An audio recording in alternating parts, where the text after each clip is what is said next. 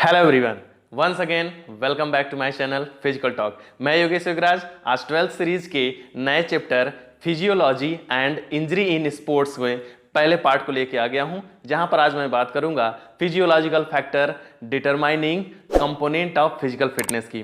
तो अभी तक अगर आपने मेरे चैनल को सब्सक्राइब नहीं किया है तो सब्सक्राइब कर लीजिए, बेल बटन को प्रेस कर लीजिए और बिना देर किए चलिए स्टार्ट करते हैं आज का वीडियो।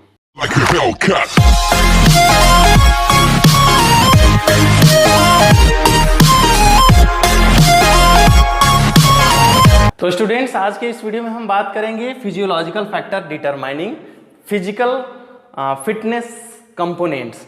तो इसमें है कौन कौन से ऐसे फिजिकल फिटनेस के कंपोनेंट हैं, जिसमें हमने पहले के वीडियो में बता रखा है कि फिजिकल फिटनेस के 5 कंपोनेंट होते हैं: स्ट्रेंथ, स्पीड, फ्लेक्सिबिलिटी और एंड्योरेंस। इसके साथ साथ बॉडी कोऑर्डिनेशन, जिसको एजिलिटी भी बोलते हैं।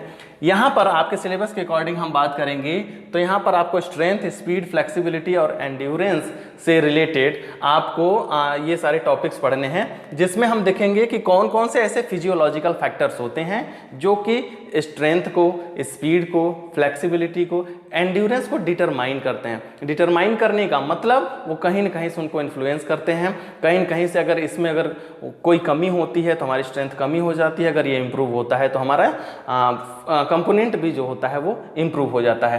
तो सबसे पहले हम इसमें बात करते हैं मसल साइज की। तो मसल साइज की जब हम बात करते हैं तो मसल साइज जितना होगा उतना ही हमारे पास ग्रेटर स्ट्रेंथ होगा। क्यों? इसके पीछे वजह होती है कि हमारे मसल्स के अंदर लेंथ होता है तो उसमें कॉन्ट्रैक्शन ज़्यादा होते हैं, और उसमें जब कॉन्ट्रैक्शन ज़्यादा होगा तो जब उसके अंदर एक्सटेंशन होता है तो उतनी तेज़ी के साथ वो फोर्सफुल कॉन्ट्रैक्शन और एक्सटेंशन होता है, जिसकी वजह से उतनी तेज़ी के साथ ही वो रिलीज होता है। आपने देखा होगा बॉक्सर वगैरह के जो पंचेज होते हैं वो क्या होते हैं कि पंच कितनी तेज़ी से वो हिट करते हैं तो क्या होता है, मसल्स के अंदर कॉन्ट्रैक्शन होता है और एक्सटेंशन होता है। कॉन्ट्रैक्शन और एक्सटेंशन ये जो होती है प्रोसेस, इसके वजह से क्या होता है कि बहुत तेजी के साथ किसी के भी ऊपर स्ट्रेंथ को, पावर को इंपोज किया जा सकता है। इसके बाद दूसरा आता है बॉडी वेट, जिसको कि हम अलग अलग तरीके से जानते हैं। लीन बॉडी मास के भी नाम से जानते हैं, जिसमें कि फैट को अलग कर दिया जाता है। बॉडी मास जो होता है, बॉडी वेट, जिसमें कि सारी चीज़ें होती हैं कंप्लीट, उसमें बोन्स के, मसल्स के, फैट के, सबके वेट होते हैं। तो बॉडी वेट जिसका जितना ज़्यादा होगा उतना ही ज़्यादा उनके अंदर पावर होगी। एक चीज़ याद रखिएगा स्टूडेंट्स कि जिसके पास जितना ज़्यादा बॉडी वेट उसके पास उतना ही ज़्यादा, क्योंकि उससे क्या होता है जब कभी भी वो फोर्स अप्लाई करते हैं तो उनके पास बॉडी वेट ज़्यादा होने की वजह से फोर्स वो ज़्यादा उनके ऊपर इम्पोज होता है। तो इसी वजह से जिसके पास बॉडी वेट ज़्यादा उसके पास स्ट्रेंथ ज़्यादा।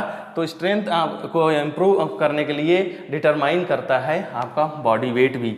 इसके बाद आता है मसल कंपोजिशन। मसल कंपोजिशंस की बात करते हैं तो आप लोगों ने बायोलॉजी में भी पढ़ रखा होगा कि मसल कंपोजिशन 2 तरीके की होती है। 2 मसल से मिलके हमारी बनी होती है मसल्स।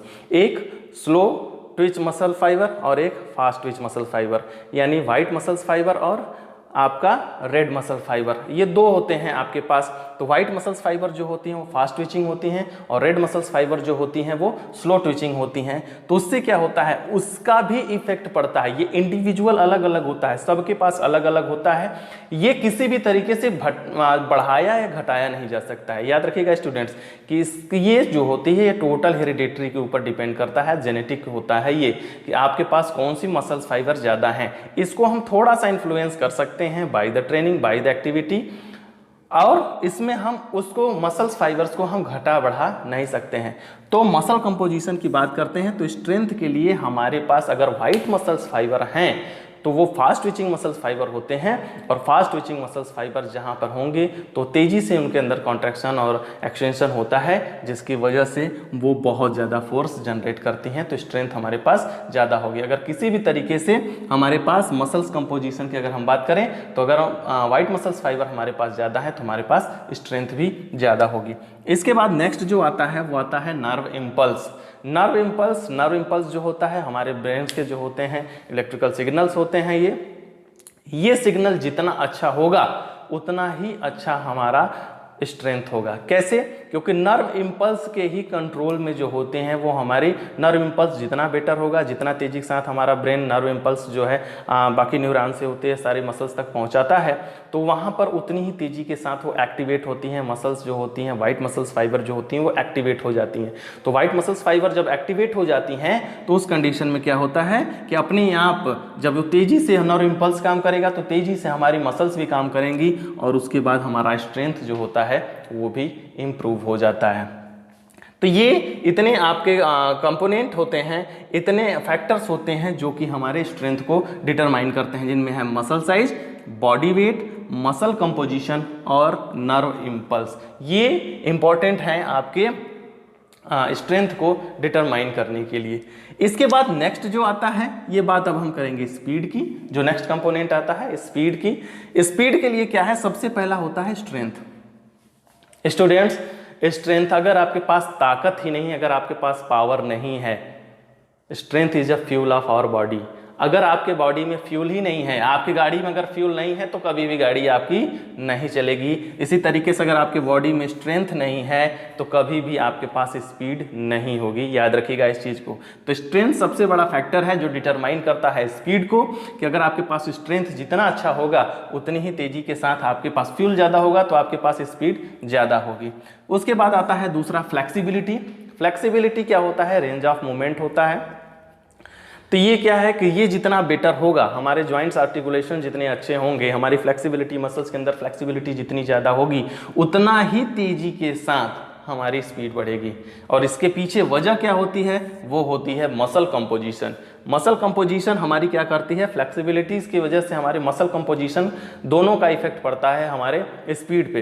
होता क्या है कि हमें स्पीड के लिए, हमें स्पीड का मतलब होता है कि हमें कितना जो है एज फास्ट एज पॉसिबल हम किसी भी डिस्टेंस को कवर कर लें, कोई कार्य कर लें। तो उस कंडीशन में क्या होता है कि मसल कंपोजिशन में हमें फास्ट ट्विचिंग मसल्स फाइबर यानी जो वाइट मसल्स फाइबर्स होती हैं उनकी ज़रूरत होती है। तो जब वाइट मसल्स फाइबर हमारे पास होती हैं तो वो क्या करती हैं, जितना तेजी के साथ वो एक्टिवेट होती हैं उतना ही तेजी के साथ हमारी फ्लेक्सिबिलिटी इंक्रीज होती है। और वो एक्टिवेट कहाँ से होंगी, by the nerve impulse. Nerve impulse से हमारी वाइट मसल्स फाइबर एक्टिवेट हुई। तो वाइट मसल्स फाइबर्स जब एक्टिवेट होती हैं, वो काम करना स्टार्ट कर दी तो हमारी फ्लेक्सिबिलिटी इंक्रीज हो जाती है। और फ्लेक्सिबिलिटी और स्ट्रेंथ मिलकर क्या करती हैं, हमारे स्पीड को बढ़ा देती हैं। फिर उसके बाद नेक्स्ट आता है आपका एनर्जी स्टोरेज। हमारे बॉडी में जो भी, हमारे बॉडी में दो तरीके की एनर्जी होती है, एटीपी और सीपी, एडिनोसिन ट्राइफॉस्फेट और किटनेट फॉस्फेट। ये दो तरीके की हमारे पास एनर्जी होती है जिसको कि बायोकेमिकल रिजर्व भी बोलते हैं। तो इस कंडीशन में क्या होता है कि हमारा एनर्जी स्टोरेज जितना अच्छा होगा उतना ही तेजी के साथ हम जब कोई भी वर्क करेंगे तो हमें एनर्जी का सप्लाई भी चाहिए होता है। तो वो जब एनर्जी सप्लाई होती रहती है कंटिन्यू, तो वो हमारी क्या होती है, वो लॉन्ग लास्टिंग हमारी स्पीड भी मेंटेन रहती है हम तेज़ी के साथ, क्योंकि ज़्यादा वर्क करेंगे तो हमें ज़्यादा एनर्जी की ज़रूरत होती है। उस कंडीशन में हमारी एटीपी और सीपी, ये दो तरीके की जो एनर्जी हैं, ये हमें स्पीड को मेंटेन करने में, एक्सेलरेट करने में हमें हेल्प करती हैं। तो ये इसके स्पीड को अगर इंप्रूव करने की अगर हम बात करें, स्पीड को डिटरमाइन करने की अगर हम बात करते हैं, तो इसमें सबसे पहले आता है strength, flexibility, muscle composition, nerve impulse और एनर्जी स्टोरेज। ये आपके इतने कंपोनेंट हैं, इतने फैक्टर हैं जो कि आपके स्पीड को डिटरमाइन करेंगे। फिर उसके बाद नेक्स्ट जो आता है flexibility, range of movement, how it will be improve. एक कंडीशन आती है कि कैसे ये इंप्रूव हो सकती है, कैसे ये डिटरमाइन हो सकती है। तो इसके लिए सबसे पहले आपका चाहिए मसल स्ट्रेंथ। अगर आपके मसल्स में स्ट्रेंथ नहीं है तो याद रखिएगा स्टूडेंट्स, अगर आपके मसल में स्ट्रेंथ नहीं है तो क्या होगी, उसके अंदर ब्रेकेज के भी कंडीशन आ सकती है।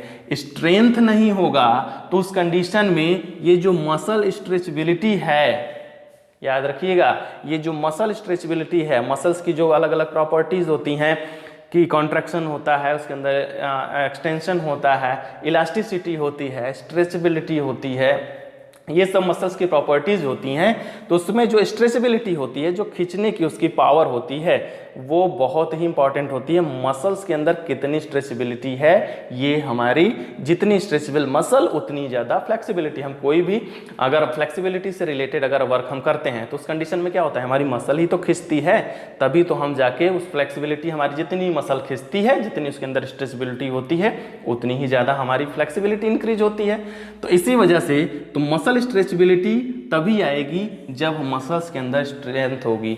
मसल अगर वीक होगी और उसको स्ट्रेच करेंगे तो वो टूट जाएगा। आप देखे होंगे अलग अलग लेटेक्स, आप देख लीजिए रबर जो होते हैं, उसमें कुछ रबर होते हैं कि उनको आप खींचते चले जाइए वो खींचते जाएंगे, मीन्स उनके अंदर स्ट्रेंथ भी ज़्यादा है और उनके अंदर स्ट्रेचबिलिटी ज़्यादा है। लेकिन कुछ रबर जो होते हैं लेटेक्स के, वो क्या होते हैं कि उनको आप खींचिए तो ब्रेकेज हो जाते हैं, मीन्स उनके अंदर इलास्टिसिटी तो है लेकिन स्ट्रेंथ नहीं है, खींच तो रहे हैं लेकिन स्ट्रेंथ नहीं है, जिसकी वजह से वो ब्रेक हो जाते हैं। सेम इसी तरीके से मसल्स भी वर्क करती हैं। तो उस कंडीशन में क्या है कि हमारा मसल स्ट्रेंथ जो होता है वो हमारी मसल स्ट्रेचबिलिटी के साथ मिलकर हमारी फ्लेक्सिबिलिटी को इंप्रूव करता है। इसके अलावा आता है जॉइंट स्ट्रक्चर। जॉइंट का हमारे स्ट्रक्चर जो होता है ये डिटरमाइन करता है फ्लेक्सिबिलिटी को। कभी कभी क्या होता है, जितना अच्छा जॉइंट आर्टिकुलेशन जितना अच्छा होगा, स्ट्रक्चर जितना अच्छा होगा, उतनी ही रेंज ऑफ मूवमेंट हमारी इंप्रूव होती है। कभी कभी क्या होता है कि एक्सीडेंट वगैरह की वजह से क्या होते हैं, सही जगह पे जॉइंट्स नहीं आ पाए, सही बोन नहीं जुड़ पाई, अगर किसी भी तरीके से फ्रैक्चर वगैरह हो गया है तो उस कंडीशन में क्या होता है कि जो एक नेचुरल आर्टिकुलेशन है, जो नेचुरल स्ट्रक्चर है, वो क्या होता है, वो चेंज हो जाता है। जब वो चेंज हो जाता है तो क्या होगा कि अपने आप फ्लेक्सिबिलिटी डिक्रीज हो जाती है। इसीलिए फ्लेक्सिबिलिटी को इंप्रूव करने के लिए हमारे जॉइंट का स्ट्रक्चर भी बहुत इंपॉर्टेंट होता है। इंडिविजुअल वो भी अलग अलग होता है जॉइंट स्ट्रक्चर की अगर बात करते हैं, तो इसी वजह से फ्लेक्सिबिलिटी के ऊपर जॉइंट स्ट्रक्चर का भी असर पड़ता है, ये भी डिटरमाइन करता है, इन्फ्लुएंस करता है हमारी फ्लेक्सिबिलिटी को। इसके अलावा आता है एज एंड जेंडर। एज के साथ क्या होता है, flexibility proportional to the as.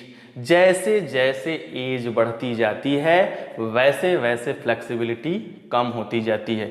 याद रखिएगा, हमने ऑलरेडी एजिंग वगैरह में बता रखा है आप लोगों को कि किस तरीके से अगर हमारी एज बढ़ती है तो उस कंडीशन में हमारे सारे सिस्टम जो होते हैं वो डिक्रीज हो जाते हैं एक्सेप्ट ऑफ ब्लड प्रेशर। तो क्या होती है कि हमारी मस्कुलर जो प्रॉपर्टी होती है, जो मसल प्रॉपर्टीज होती है, वो भी डिक्रीज होती जाती हैं। तो जैसे जैसे हमारा एज बढ़ता जाएगा वैसे वैसे हमारी फ्लेक्सिबिलिटी कम होती जाती है। इसके बाद नेक्स्ट जो आता है वो आता है जेंडर।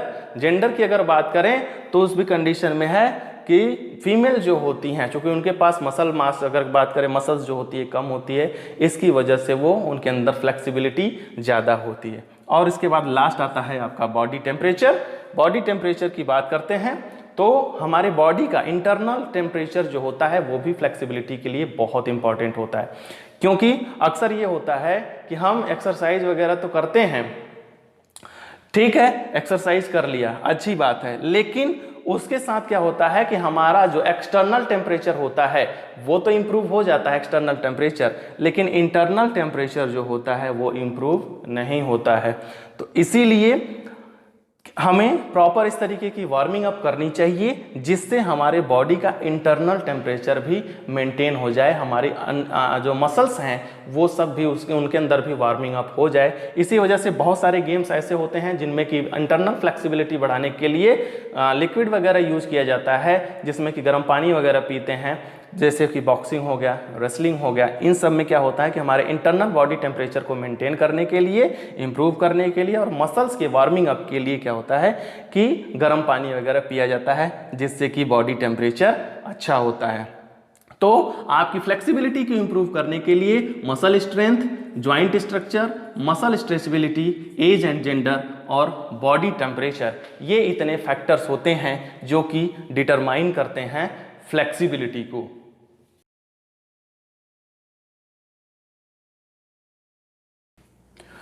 फिर इसके बाद अब देखिए आता है हमारा एंड्योरेंस।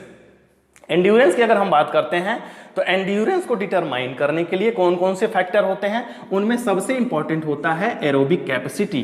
एरोबिक कैपेसिटी की अगर हम बात करते हैं तो एरोबिक का मतलब होता है प्रेजेंस ऑफ ऑक्सीजन में सारी चीजें। एरोबिक का मतलब ये होता है जो कि ऑक्सीजन के प्रेजेंस में होता है। तो एरोबिक कैपेसिटी के अंदर आपकी तीन चीजें आती हैं, एक ऑक्सीजन इनटेक, दूसरा ऑक्सीजन कंजप्शन और तीसरा होता है यानी ट्रांसपोर्टेशन ऑफ ऑक्सीजन, और उसके बाद तीसरा होता है ऑक्सीजन अपटेक। ये तीन चीजें जितनी इंप्रूव होंगी, ऑक्सीजन इनटेक आपका जितना अच्छा होगा उतना ही अच्छा आपका ट्रांसपोर्टेशन और कंजप्शन होता है।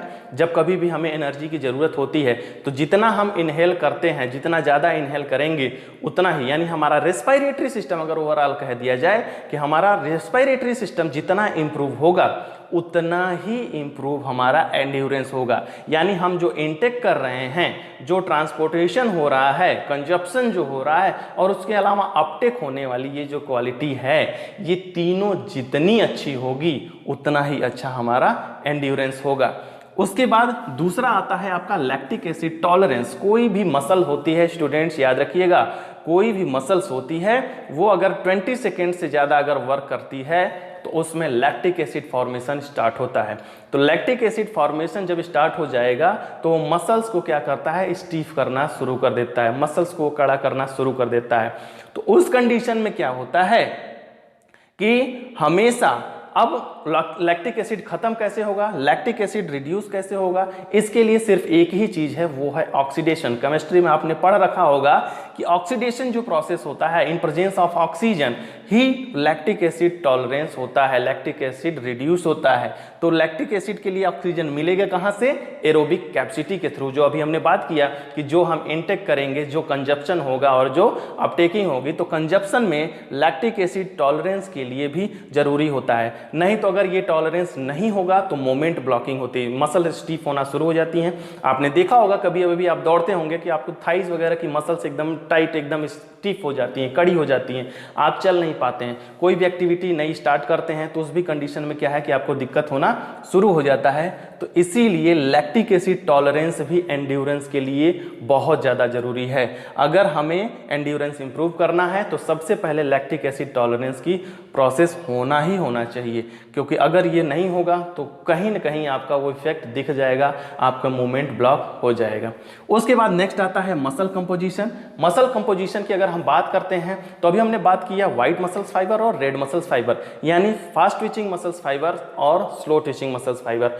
तो एंड्योरेंस के लिए हमारी बॉडी में स्लो ट्विचिंग मसल्स फाइबर जितनी होंगी उतना ही अच्छा हमारा एंड्योरेंस होगा। अभी तक हमने देखिए स्ट्रेंथ और स्पीड में बात किया कि हमें फास्ट ट्विचिंग मसल फाइबर की नीड होती है, लेकिन एंड्योरेंस के लिए स्लो ट्विचिंग मसल्स फाइबर, क्योंकि एंड्योरेंस में स्टेमिना, जहां पर हम कोई भी वर्क लॉन्ग लास्टिंग टाइम तक कर सकें विदाउट फीलिंग ऑफ फैटिग। तो इसीलिए तो मसल कंपोजिशन में जब हमारे पास स्लो ट्विचिंग मसल्स फाइबर होती हैं, रेड मसल्स फाइबर हमारे अंदर ज़्यादा होती हैं, जो कि हमारी बैक पीठ वगैरह में मिलता है, तो वो क्या होती हैं, वो वर्क तो करती रहती हैं लेकिन एनर्जी कंजप्शन उनमें कम होता है। तो वो एनर्जी कंजप्ट करेंगी कम, तो उस कंडीशन में क्या होगा कि वो एनर्जी लॉन्ग लास्टिंग तक चलेगी, और जब लॉन्ग लास्टिंग तक एनर्जी हमारे पास रहेगी तो हमारा वर्क भी लॉन्ग लास्टिंग टाइम तक होगा, मीन्स हमारा स्टेमिना, और वही हमारा एंड्योरेंस होगा। तो मसल कंपोजिशन में रेड मसल्स फाइबर का होना बहुत ज़्यादा जरूरी है। इसके साथ साथ एक बहुत बड़ा फैक्टर जो होता है वो होता है मूवमेंट इकोनॉमी। मूवमेंट इकोनॉमी भी एंड्योरेंस के लिए बहुत ज़्यादा जरूरी होता है। सपोज करिए आपको कोई डिस्टेंस यहाँ से यहाँ तक आपको ट्रेवल करनी है, उस कंडीशन में आप क्या करेंगे, सबसे शॉर्टेस्ट रूट आपका यही है। अगर इस कंडीशन में अब हम इसको क्या करें, इसको हम जिगजैग वे में जाएं। जब जिगजैग वे में जाएंगे तो क्या होगा, डिस्टेंस बढ़ जाएगी। जब डिस्टेंस बढ़ जाएगी तो उस कंडीशन में क्या होगा कि हमारा सारा सिस्टम जो होता है, हमारा जो है एनर्जी भी हमारी खत्म हो जाएगी, हमारी पावर जो है वो भी सारी चीज़ें खत्म हो जाएंगी। तो मूवमेंट इकोनॉमी, क्योंकि हमें एनर्जी को रिजर्व रखना है, हमें जितना कम से कम हो सके उतनी एनर्जी हमें यूज करना है। तो उस कंडीशन में क्या होगा कि अगर आपके पास मूवमेंट इकोनॉमी नहीं है तो उस भी कंडीशन में आपके साथ ये प्रॉब्लम होगी। अक्सर ये होता है कि जो ट्रैक वगैरह होते हैं, तो ट्रैक वगैरह में आपने देखा होगा कि जब लॉन्ग डिस्टेंस रनिंग होती है तो सब एकदम सबसे जो सेंटर में एकदम नज़दीक लेन होती है सब उसी में आते हैं, क्योंकि अगर आप जो है बड़े लेन को चुनते हैं तो उस कंडीशन में क्या होगा कि वो मूवमेंट इकोनॉमी नहीं होगी, और मूवमेंट इकोनॉमी नहीं होगी तो आपकी एनर्जी ज़्यादा यूज होगी और जल्दी से एनर्जी खत्म हो जाएगी और आपका एंड्योरेंस कभी भी अच्छा नहीं हो सकता है। तो इसीलिए एंड्योरेंस को इंप्रूव करना है। अगर एंड्योरेंस को डिटरमाइन करता है एरोबिक कैपेसिटी, जिसमें कि 3 चीजें हमने बताया, ऑक्सीजन इनटेक, ऑक्सीजन ट्रांसपोर्टेशन और ऑक्सीजन अपटेक। ये चीज। दूसरा आता है लैक्टिक एसिड टॉलरेंस, तीसरा मसल कंपोजिशन और चौथा मूवमेंट इकोनॉमी। अगर ये 4 चीजें अगर इनको इंप्रूव कर लिया जाए तो हमारा एंड्योरेंस इंप्रूव हो जाएगा। अगर ये डिक्रीज होती है किसी भी तरीके से तो हमारा एंड्योरेंस भी डिक्रीज हो जाएगा। अब आप इसमें देखेंगे स्टूडेंट्स, ध्यान से देखिएगा। अब यहाँ पर देखिए muscle size, body weight, muscle composition, nerve impulse, ठीक है। अब आप देखिए लिखते समय भी आपको आसानी हो जाए इसलिए ये चीज मैं बता रहा हूं कि अब देखिए आपका अगर देखिए मसल कंपोजिशन इसमें भी है, मसल कंपोजिशन इसमें भी है और मसल कंपोजिशन इसमें भी है, ठीक है। तो आपको एक आपने तैयार कर लिया तो बाकी के 3 के पॉइंट आपके तैयार हो गए। फिर उसके बाद नर्व इंपल्स इसमें भी है, नर्व इंपल्स इसमें भी है, तो आप देखिए यहाँ से भी हो जाता है। उसके अलावा अगर बात करते हैं बॉडी वेट स्ट्रेंथ की बात करते हैं तो स्ट्रेंथ देखिए इसमें भी है, स्ट्रेंथ इसमें भी है, स्ट्रेंथ इसमें भी है। तो सब सारी चीजें, इसीलिए मैंने इस तरीके से इसको बताया है कि आपको इससे लिखने में, आपको पढ़ने में, समझने में कभी भी दिक्कत नहीं होगी। इंडिविजुअल आप बुक में देखेंगे तो अलग अलग बुक में अलग अलग तरीके से दिया हुआ है, लेकिन ये सबसे बेस्ट मेथड मैं स्टूडेंट आपको बता रहा हूं कि इस तरीके से आप पढ़ेंगे तो अपने आप सारी चीजें, आप नर्व इंपल्स की बात इसमें भी किया, नर्व इंपल्स की अगर हमने बात इसमें भी किया कि नर्व इंपल्स हमारा अच्छा है तो स्ट्रेंथ अच्छा होगा, नर्व इंपल्स अच्छा है तो यहाँ पर भी व्हाइट मसल्स फाइबर्स एक्टिवेट होंगे तो हमारी स्पीड अच्छी होगी। तो ये सब मसल कंपोजिशन इसमें भी जरूरी है, मसल कंपोजिशन स्ट्रेंथ के लिए भी व्हाइट मसल्स फाइबर का जरूरी होना है, स्पीड के लिए मसल कंपोजिशन में वहाँ पे भी व्हाइट मसल्स फाइबर जो हैं फास्ट ट्विचिंग जरूरी है, और मसल कंपोजिशन हमारे एंड्योरेंस में है लेकिन यहाँ पर हमें रेड मसल्स फाइबर की नीड होती है। तो इस वजह से आप देखिए इस तरीके से हमेशा कभी भी आप इसको पढ़िएगा तो इसी भी तरीके से आप पढ़िएगा, इसी तरीके से आपको पढ़ने में भी आसानी होगी और बहुत जल्दी आपका ये प्रिपेयर हो जाएगा। स्पीड के लिए हमें स्ट्रेंथ जरूरी है, फ्लेक्सिबिलिटी जरूरी है, मसल कंपोजिशन, नर्व इंपल्स और एनर्जी इसकी जरूरत है। फिर इसी तरीके से फ्लेक्सिबिलिटी के लिए क्या है, हमारी मसल में स्ट्रेंथ होना चाहिए, हमारी मसल्स के अंदर स्ट्रेचेबिलिटी होनी चाहिए, हमारी जॉइंट्स जो हैं वो अच्छे होंगे क्योंकि वो जितनी अच्छी तरीके से मूव करेंगे उतना ही अच्छी हमारी फ्लेक्सिबिलिटी होगी। उसके अलावा बॉडी टेम्परेचर हमारा, यानी पूरी बॉडी का जब कभी भी फ्लेक्सिबिलिटी से रिलेटेड वर्कआउट किए जाते हैं तो उस कंडीशन में हमेशा बॉडी टेम्परेचर हमारा अच्छा होना चाहिए, मीन्स हमारी बॉडी वार्मिंग अप की कंडीशन में होनी चाहिए। अगर वार्मिंग अप की कंडीशन में नहीं होगी तो वहीं पर आपको इंजरी वगैरह होने के चांसेस बढ़ जाते हैं। इसी तरीके से एंड्योरेंस में एरोबिक कैपेसिटी मीन्स हमारा लंग्स, हमारा रेस्पिरेटरी सिस्टम जितना अच्छा होगा उतना ही अच्छा हमारा एंड्योरेंस होगा। लैक्टिक एसिड फॉर्मेशन जो हो रहा है उसका भी टॉलरेंस होना जरूरी है, मसल कंपोजिशन में स्लो ट्विचिंग मसल्स फाइबर्स का होना जरूरी है और मूवमेंट इकोनॉमी होना भी जरूरी है। तो ये सबसे बेस्ट मेथड है physiological factor determining the component of physical fitness means strength, speed, flexibility and endurance. तो ये रहा आज का टॉपिक आपके लिए।